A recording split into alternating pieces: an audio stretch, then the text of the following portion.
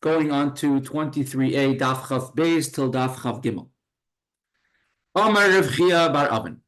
After having had a long discussion, what is the appropriate method of bowing down to Hashem that was done in the Beis HaMikdash, an appropriate method to be done in Shul? We spoke about a Adam Chashuv, an important person should not bow down in front of everybody. We mentioned the story of Levi. Levi demonstrated how to bow down on his thumbs, and he became injured in front of Rabbi Gamliel, and we said that was the physical thing which caused an injury. Spiritual reason was because of the Gemara in Mesechta Megillah Daf, which Levi, when he davened to Hashem one time and rain did not come down, and so Levi, at the end of the fast, he said to Hashem, he spoke very chutzpah words towards Hashem. Hashem, you have ascended up high and you do not have mercy on your children. Rain came down, but as a punishment, when Levi demonstrated how to bow down on his face while being on his thumbs, balancing on his thumbs and his large toe, so then he became injured and he became lame as a result of that. I mean, so to speak, Kaviyachal, yesterday was a yard site of a woman. Her name was Pesha Leah Lapine. A woman, she's in Crown Heights. And unfortunately, this is in the year 1992, she was in her own house. Her house was broken into. She was assaulted and murdered in front of her children. And by her levaya, by her funeral, the Rebbe came out, and the Rebbe spoke a sikha during the tshiva, very strong words, almost speaking directly to, not to the people listening, but to Hashem. How could such a thing happen? Especially we're a time when we have miracles left and right, and how could such a thing happen? The Rebbe said the words, and the children, when they grow up and get married, they will tell their children how their mother had mesiras nefesh, and self-sacrifice. Everybody then was very shocked because the Rebbe was speaking literally in those days. HaMashiach's coming instantly, momentarily. And here the Rebbe is speaking about how the children will miss their mother, and they will tell their children how their mother had mesiras nefesh. And they remember that, there's some of her children, or my age even, and they would always push you to get married and have children, because the Rebbe said that you have to tell your children about the mesiras nefesh of your mother. We have to do that before Mashiach comes. So Levi did a similar thing. He spoke directly to Hashem. When it comes to the needs of the Jewish people, he put them in front of everything. And as a result, Levi himself became physically injured. Says the Gemara, Amar Rav Chia, to conclude the discussion, what is the appropriate method of bowing down when you bow? Says Rav Chia bar Avin, in the name son of Rav Avin, Chazina lahu la'abaya. We turn the page. Daf Chav Gimel Amar Aleph 23a. V'Rava b'matzli atzluye. I have seen Rava and Abaya when they would bow down in shul, they would not bow directly like everyone else, prostrating themselves. Rather, they would bow to their sides. Either because, as the Ritva writes, that they were Adam Chashuv, they were Abaya and Rava, some of the greatest authors of the Mishnah, of the Gemara. And for them, it would be embarrassing. It wouldn't be befitting for them to bow in public. As we said, only someone who was like on the caliber of Yeshua ben Nun could bow in public. Otherwise, if they say you're bowing to Hashem and your prayers are not answered, or it means that there was a stone floor, and they would not bow down on a stone floor, and therefore they just literally bent over instead of prostrating themselves entirely. Yasi, shalom aleichem, welcome, so happy you're here. Shalom aleichem, Rabbi, good morning. Good morning, welcome back. There's Baruch Hashem, good news from the land of Israel, and it's only a start. Thank God. Yes, thank you. Thank you. So Abaye and Rava would bow their heads sort of like we do during Moedim, or as the Ritva writes, they would bow to the side. But they would not bow down directly, spreading out their hands and feet in the shul in front of everybody, because it was a stone floor. That concludes the discussion in the Gemara and the entertaining demonstration we had about bowing. The Gemara will now continue for the next Amud until the next Mishnah. So for about the next page, the Gemara continues a discussion of all the opinions, how many people, how many aliyos are called to the Torah on any given day.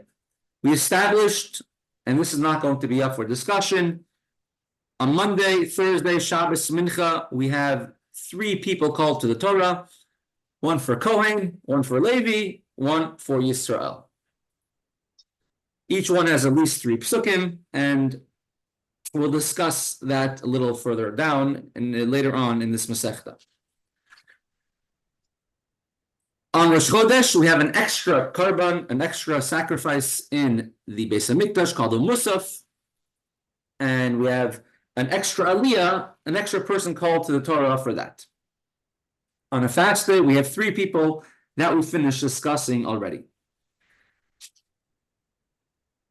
Now, Yom Tiv, a holiday, the halach is we call 5 people because it's asur b'melacha, cannot do any type of work. Yom Kippur, which is even more stringent, even more types of labor are forbidden on Yom Kippur. So on Yom Kippur, we call 6 people, plus there's a more severe penalty for doing melacha. And on Shabbos, we call 7 people to the Torah. We're going to bring a dissenting opinion, a different opinion on the matter. Shalom Aleichem, Rav Moshe. Yeah. Hello. Hello, hi Dovi. Oh, Shalom Aleichem. Aleichem Shalom. Says the Gemara, B'Yom Tov Chamisha. Quoting our Mishnah said in Yom Tov we call up 5 people to the Torah. B'Yom Kippurim Shisha. On Yom Kippur we call up 6 people to the Torah. Shabbos we call up 7 people. On all the other holidays, you cannot add to the number of aliyos. So you have a bar mitzvah, you have a chasen. You cannot add on to the number of people called to the Torah. On Shabbos, you are allowed to add on to the number of people called to the Torah. Says the Gemara, Masnisin Mani. The Gemara will bring a brisa, which will have 2 different opinions of the great Rabbi Shmuel and the great Rabbi Akiva, which our Mishnah does not concur with either of these 2 opinions. Masnisin Mani, with which opinion of a Tana, a scholar from the generation of the Mishnah, does our Tana concur? Loi Rabbi Shmuel, v'loi Rabbi Akiva. It does not concur with Rabbi Shmuel, does not concur with Rabbi Akiva. And Rabbi Yehuda Hanassi, the compiler of the Mishnah, he wrote our Mishnah without an author's name. So who is the author of our Mishnah? He compiled it from many different brisas. So let's find a brisa. We have a brisa quoting Rabbi Shmuel and Rabbi Akiva, and our Mishnah does not concur with either of them. The Tanya, we learned in a brisa, a teaching from the sages of the Mishnah, which is not included in the Mishnah. B'Yom Tov Chamisha, u'Yom Kippurim Shisha, u'V'Shabbos Shiva. On a holiday, Yom Tov, let's say Rosh Hashanah, Pesach, Shavuos, Sukkot, you call up 5 people to the Torah. On Yom Kippur, you call up 6 people to the Torah. On Shabbos, 7, but he adds a caveat: Ein parchasim mehen, ve'ein meisifin alehen. Divrei Rabbi Shmuel. Rabbi Shmuel says you cannot do less, aliyos in that amount, and you cannot add on more than that amount, which seemingly sounds like that according to Rabbi Shmuel, on Shabbos, you're not allowed to have more than 7 aliyos. And our Mishnah said on Shabbos, you could add on more than 7. Continues the brisa. Rabbi Akiva Omer, says Rabbi Akiva, B'yom tov chamisha, on Yom Tov, on a holiday, you have 5 aliyos to the Torah, but now he does a little somersault. Uv'yom HaKippurim Shiva, on Yom Kippur, you have 7 aliyos, 7 people called to the Torah. Shabbos Shisha, and Shabbos you have 6. And Poitzin Alein, Emisifin Alein. You do not do less and you do not do more. But according to Rabbi Akiva, a regular Shabbos only has 6 aliyos, and he cannot add on to that. So that means, let's say, the 6th aliyah, Shishi, would read Shishi and Shvi together. And a Shabbos would have less aliyos than Yom Kippur, which would have 7 aliyos. And Yom Kippur will be on a higher level of sanctity than Shabbos.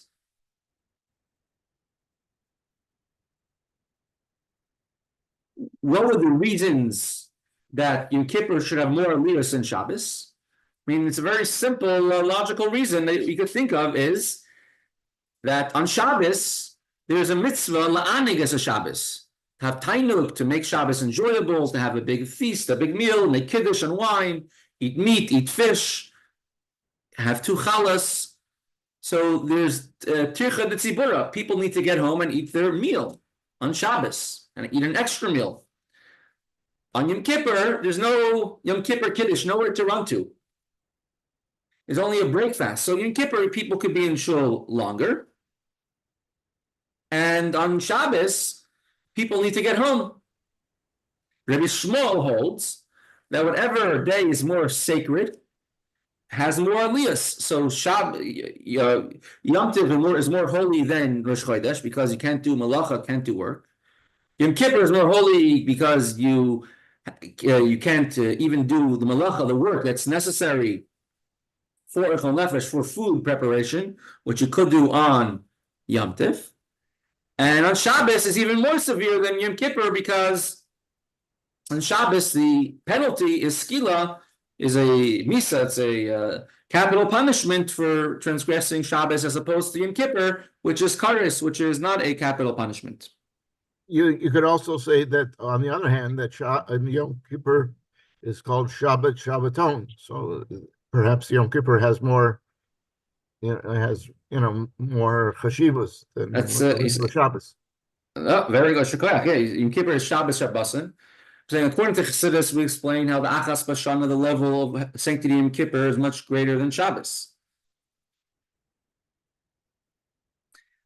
The sanctity of the fact that on Yom Kippur you don't eat or drink or wear leather shoes, and the other inuyim, you don't wash yourself and smear yourself with anything on, and that makes it more sacred.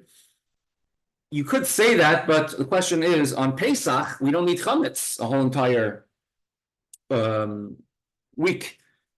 So you're also having an ino, you could say, unless you own Streicher's, Ladyfinger's company, Pesach, you hold yourself back from food, right? It's a Yom Tov where you also have an inoy, a holding yourself back from pleasure, and we don't add any aliyos on Pesach for that.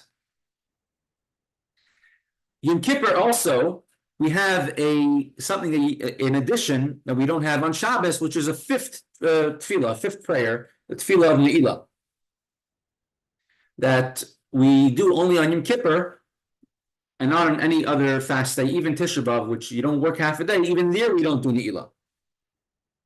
So because of that, and earlier we connected an additional aliyos with additional tefillahs, amount of prayers that you have that day.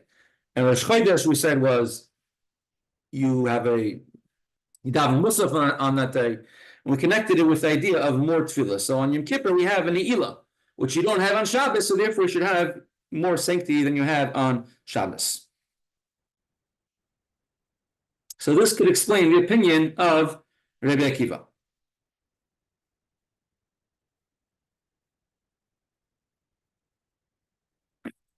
So answers the Gemara, says the Gemara Mani, to bring out the question, who is our Mishnah going like? Rabbi Yishmael Kasha Tosfos, Rabbi Akiva Kasha Shisha v'Shiva. Seemingly cannot go according to Rabbi Yishmael or Rabbi Akiva, For Rabbi Yishmael, although the order of aliyos, which day has how many aliyos, is concurrent with our Mishnah. Our Mishnah said that on Yom Kippur we have 6 aliyos, and on Shabbos we have 7 aliyos. However, our Mishnah stated that on Shabbos you could add on more than 7. According to Rabbi Yishmael, as we quoted him, he says you cannot add on. You're not allowed to add on more than the number. That means on Shabbos you can't have more than 7. So it cannot be Rabbi Yishmael because of that detail that you cannot. That Rabbi Yishmael says Shabbos you cannot add more than 7, and halachically you could, and the Mishnah says you can. And it cannot be Rabbi Kiva because Rabbi Kiva puts a sanctity on Yom Kippur over Shabbos. That's 7 aliyos over 6 aliyos. I mean, perhaps maybe it connects to the idea of Rabbi Shmuel and Rabbi Kiva, as explained in several places. Rabbi Shmuel was a Kohen Gadol, where he was the holiest, the greatest of all Jews. To be a Kohen Gadol, to go into the Holy of Holies on Yom Kippur, he had to be someone unique altogether. And so Rabbi Shmuel, he perhaps understood the advantage of holiness. Shabbos is a holy day. Yom Kippur, which is by itself, you don't have to sanctify it. Yom Kippur is a day which comes as a result of the Bezdin, meaning the 10th day of the month of Tishrei, which comes as a result of people. When you have the witnesses come, any average Jew could come and be a witness when they saw a new moon. Based on that is when the first day of Tishrei or Shoshana is. Based on that is when Yom Kippur is the 10th day from Rosh Chodesh Tishrei, and that's a day of Teshuvah for everybody. So Rabbi Kiva, whose parents were Gerim, he came from Edom, and he himself wasn't a Kohen Gadol. At the age of 40, he became a Baal Tshuva. He started learning Torah, learning the Aleph-Beis at the age of 40. So he appreciates the advantage of Yom Kippur, which comes from below, which comes from the people have to sanctify it, and it's a day of Teshuvah. So perhaps Rabbi Kiva holds that Yom Kippur has more sanctity than Shabbos. I don't know, perhaps.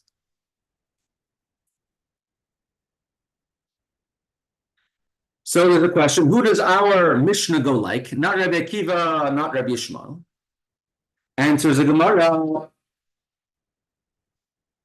Man Tana.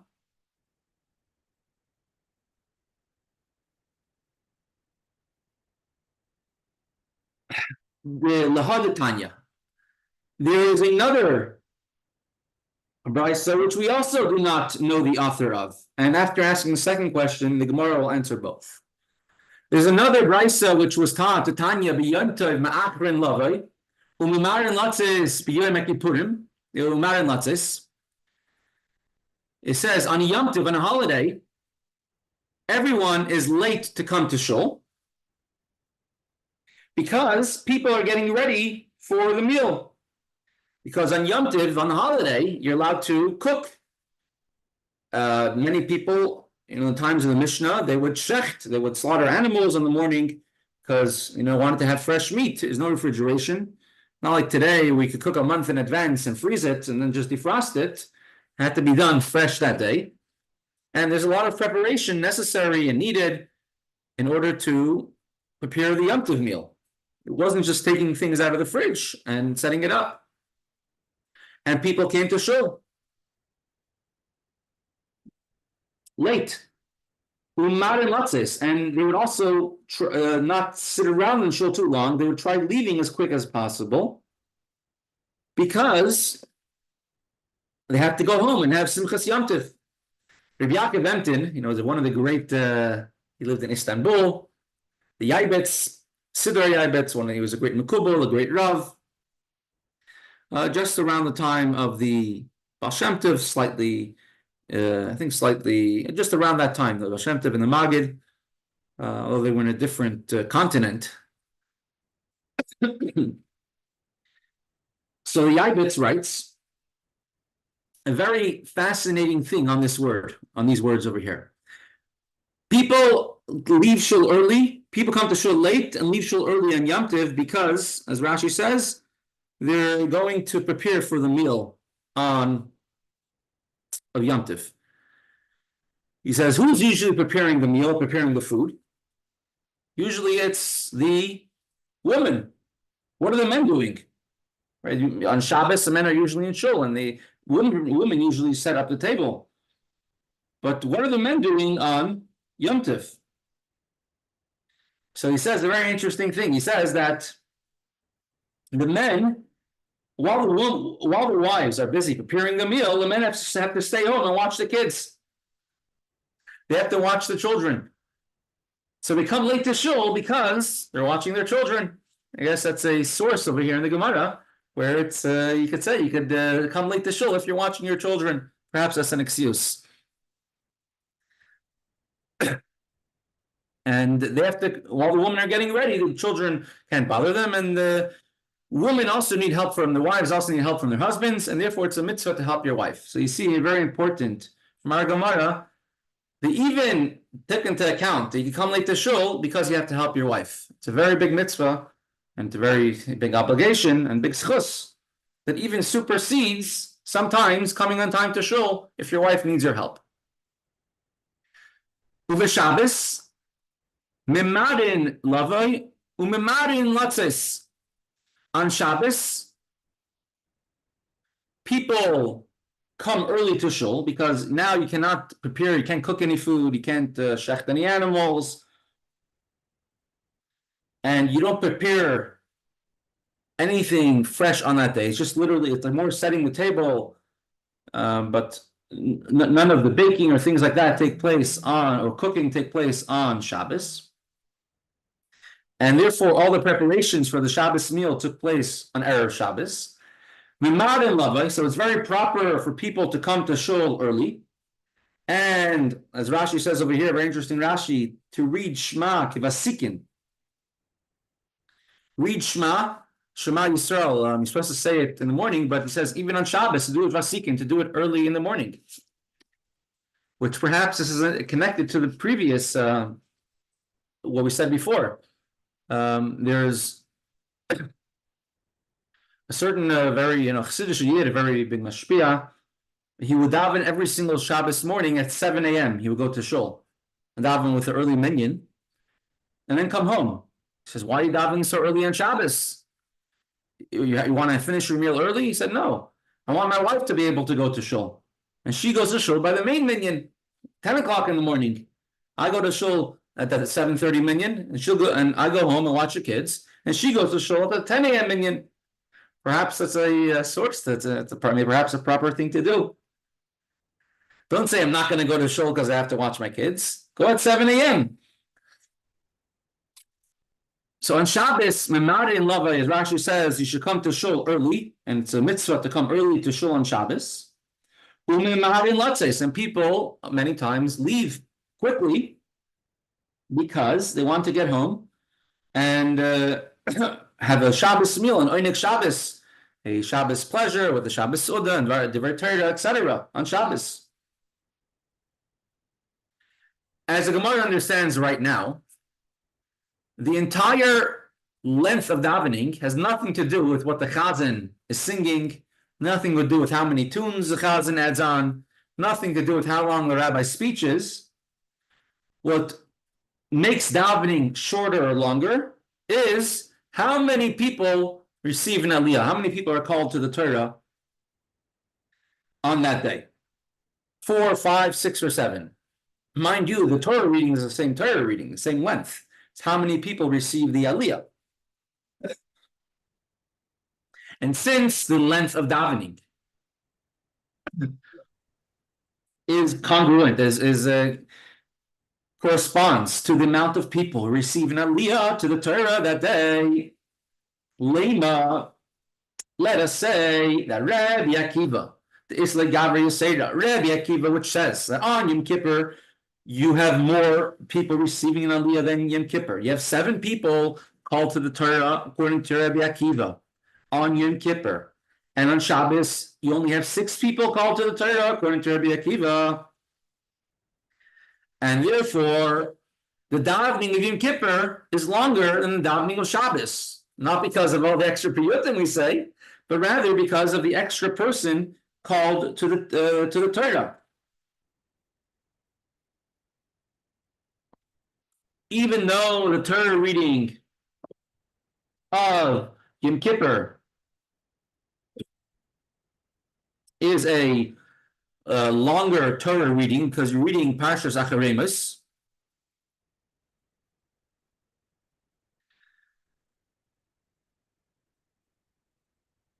the Gemara at this point understands that it's calling every person up for an aliyah is what takes time. Not so much the actual reading of the Torah takes time, but every person makes a bracha before the reading and after the reading. And now we do mishaberachs for each person, and that's what takes the time. So the more aliyos you have, the more time it takes, the more people that are called, not so much the length. On Yom Kippur, we read half a parsha of Acharemus in the morning, half a parsha by Mincha. On Shabbos, you read an entire parsha. But still, it's the aliyos, amount of people are being called to the Torah, that's what takes up more time.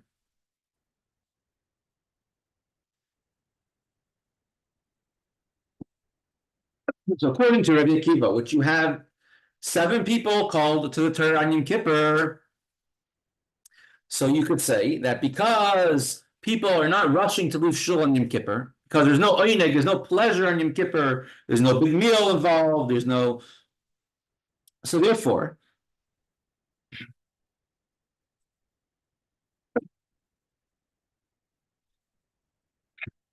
the brisa could be, according to Rabbi Akiva, the Mishnah said like Rabbi Shmuel.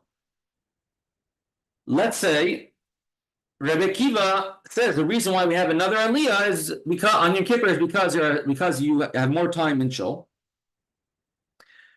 But at this point, we still have a question: who is our Mishnah like? Is it Rabbi Shmuel? Is it Rabbi Akiva? This last statement, which we said that on Yom Tiv people rush to shul, and people come late and they rush to leave on Yom Tiv, and the Shabbos people come on time and people rush to leave. That could go according to Rabbi Akiva, because then consonant to that on Yom Kippur people come on time because there's no preparations for the meal. There's no mitzvah on Yom Kippur either. Everyone comes to shul on time. And you leave late because there's no meal to run home to. So therefore, on Yom Kippur, you can have 7 aliyos. So the second brisa we just brought could fit with Rabbi Akiva, which says the reason you have more or less aliyos has to do with how much time people could spend in shul based on the need to get home to prepare or help for the meal. However, the first Mishnah, our Mishnah cannot fit with Rabbi Akiva because our Mishnah said on Shabbos we have 6 aliyah, on Shabbos you have 7, and Yom Kippur you have 6, and this brisa seemingly cannot fit with Rabbi Akiva. Answers the Gemara, afilu tema. Last words, afilu tema Rabbi Shmuel. Dinafish shidura diyema. No. The reason why people are late in shul, according to Rabbi Shmuel, is not because the amount of aliyos people call to the Torah. Rather, the reason people are late to shul is because you have to, the whole seder of the day, a whole order of the day, specifically called the Seder Avodah. On Yom Kippur, we say the entire order of the service of the Kohen Gadol, what they would do in the Beis HaMikdash on Yom Kippur. And in Yom Kippur, we have many extra piyutim, many extra poems, many extra tefillos that we say because of the holiness of the day, and it's a day of forgiveness, and therefore the day of Yom Kippur has a much longer davening. So the davening is extended not because of the amount of aliyos, but rather because it's nafesh shidur diyom. The day itself is a very long day. And therefore, this last Mishnah could go according to Rabbi Yishmael, the reason why people come late to shul or leave shul early on different days is because of they have to get home for the meal. But on Yom Kippur, the people stay long in shul, not because they want to come earlier to shul or stay late in shul, but rather because there's many additions to davening.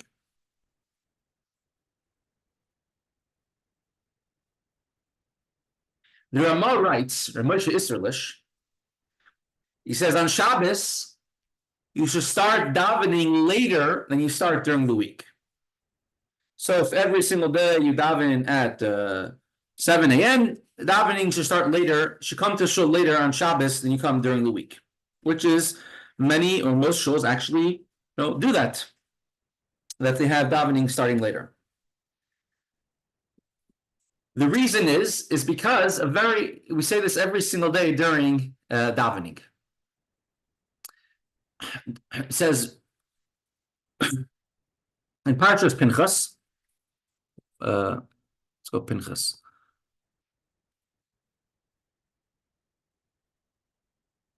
In Parshas Pinchas, so let's go to the 6th aliyah. Parshas Pinchas.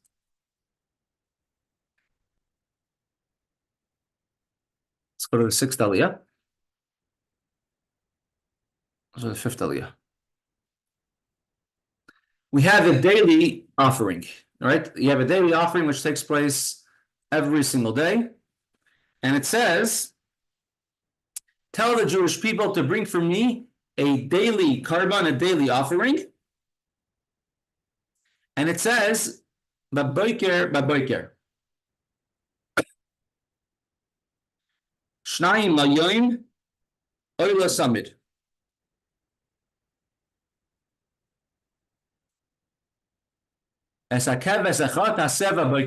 One lamb you shall offer up in the morning. Boiker means morning, when the sun comes up. So on a daily on a daily schedule, every single day when we daven, we cannot bring the daily morning karban anymore in the Beis Hamikdash.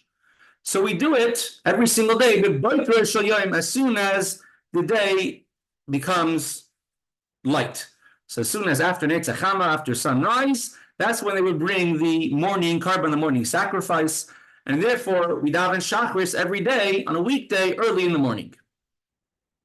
Comes to Shabbos, doesn't say the word boker in the morning, rather it says uveyoim haShabbos, and on the Shabbos day, unlike the daily offering which says in the morning. So therefore, on Shabbos, we don't do it in the morning, rather daytime, a little bit later in the day. And that has to do with the theme of Shabbos, on the day of Shabbos, where you don't do things rushed, rather you do things slower, and it's a day of menucha, a day of tranquility. And so when the Gemara says over here, the Ramah explains, in halacha, when the Gemara says over here that on Shabbos, memaharin lavai, on Shabbos, one is quick to arrive in shul, as a meal has been prepared before Shabbos.